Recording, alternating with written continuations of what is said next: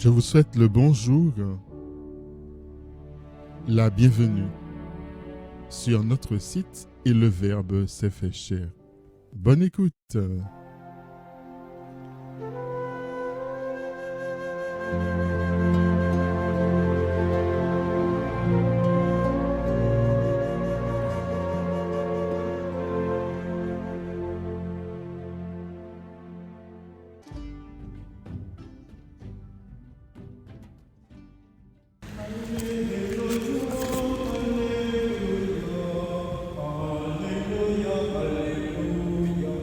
Alléluia, Alléluia,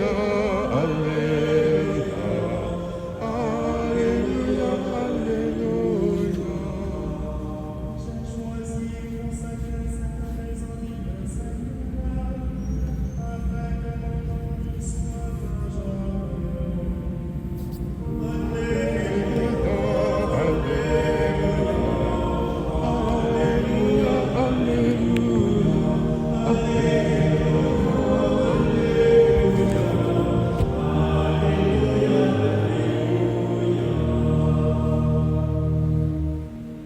Le Seigneur soit avec vous. Évangile de Jésus-Christ selon saint Jean.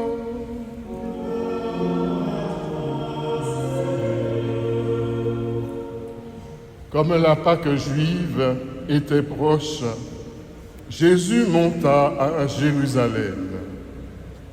Dans le temple, il trouva installés les marchands de bœufs, de brebis et de colombes et les changeurs. Il fit un fouet avec des cordes et les chassa tous du temple, ainsi que les brebis et les bœufs. Il jeta par terre la monnaie des changeurs, renversa leur comptoir et dit aux marchands de colombes, « Enlevez cela d'ici. Cessez de faire de la maison de mon Père une maison de commerce. » Ses disciples se rappelèrent qu'il est écrit, « L'amour de ta maison fera mon tourment. » Des Juifs l'interpellèrent, « Quel signe peux-tu donner pour agir ainsi ?» Jésus leur répondit, « Détruisez ce sanctuaire et en 3 jours je le relèverai. » Les Juifs lui répliquèrent, « Il a fallu 46 ans pour bâtir ce sanctuaire et toi, en 3 jours tu le relèverais ?» Mais lui parlait du sanctuaire de son corps. Aussi, quand il se réveilla d'entre les morts, ses disciples se rappelèrent qu'il avait dit cela. Ils crurent à l'Écriture et à la parole que Jésus avait dite.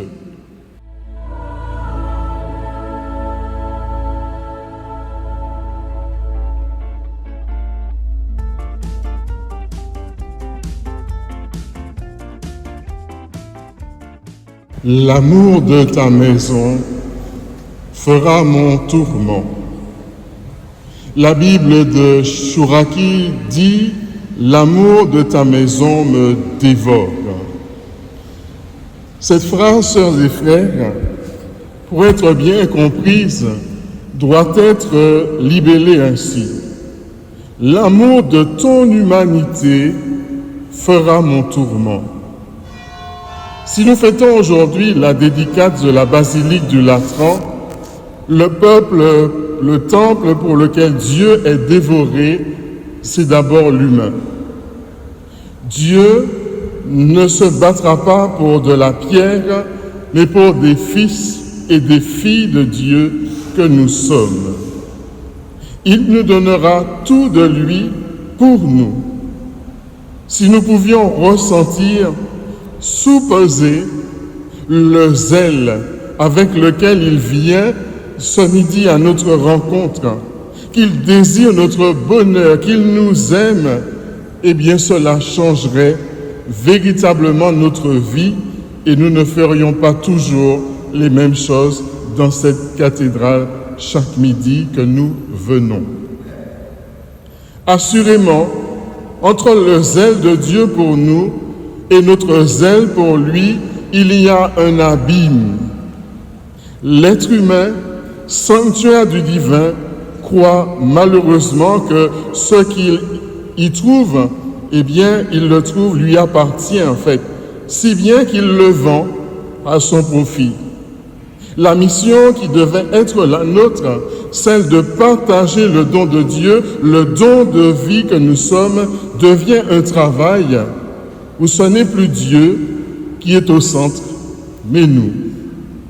Nous vendons notre corps, nous vendons notre esprit et nous vendons même le spirituel à notre avantage. Jésus nous invite à avoir pour nous-mêmes et entre nous le même zèle pour la dignité humaine. Quand nous voyons notre sœur, quand nous voyons notre frère dont la dignité, dans toute sa valeur d'être, est vendue, est échangée au nom du commerce, au nom de la productivité, des obligations du marché, le pass sanitaire pour assouvir les rêves de pouvoir de certains, eh bien notre cœur doit sentir en lui le zèle divin.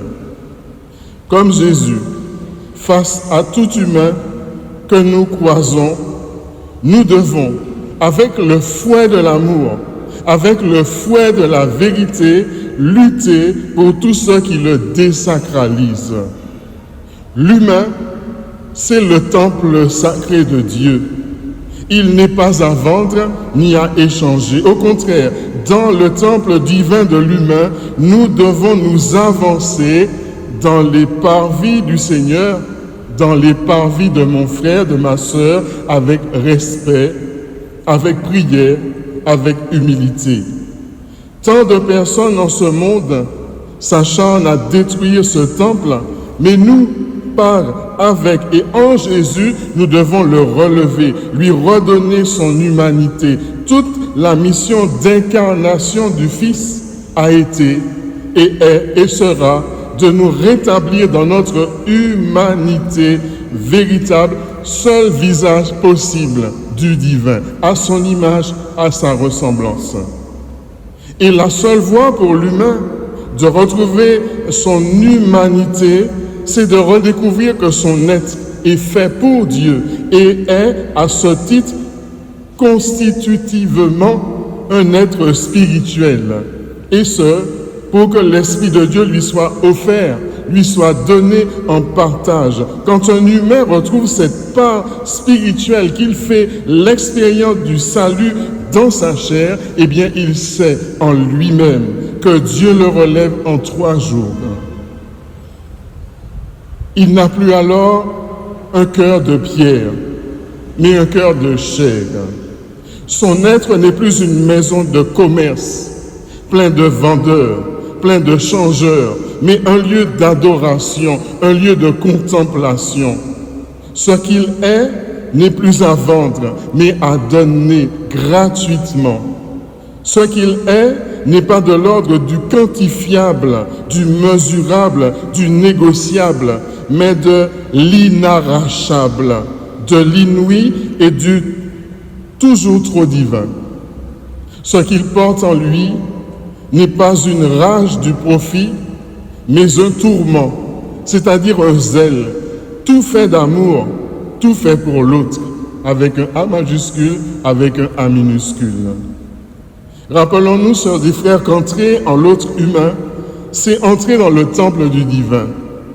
Ne vendons pas ce qui fait notre humanité, pensant y tirer un profit, car à chaque fois, eh bien, nous dilapidons notre humanité et nous effaçons Dieu.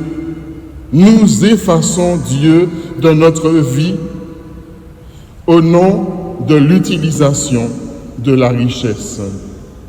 Question, est-ce que tout cela fait sens d'effacer Dieu? Et en effaçant Dieu, eh bien de nous effacer nous-mêmes. À chacun de répondre, à chacun d'examiner sa conscience avant de dire que ça regarde l'autre, mais ça regarde d'abord moi. En Martinique, on aime beaucoup dire c'est yo. C'est toujours yo, nous avons joué yo, mais c'est jamais moi. Bien, c'est d'abord moi. Qu'est-ce que je fais qui efface Dieu dans mon frère? Qu'est-ce que je fais qui efface l'humanité de Dieu en moi-même? Que le Seigneur, à travers cette fête de la dédicace, nous donne de convertir notre regard, nos cœurs, notre volonté. Amen.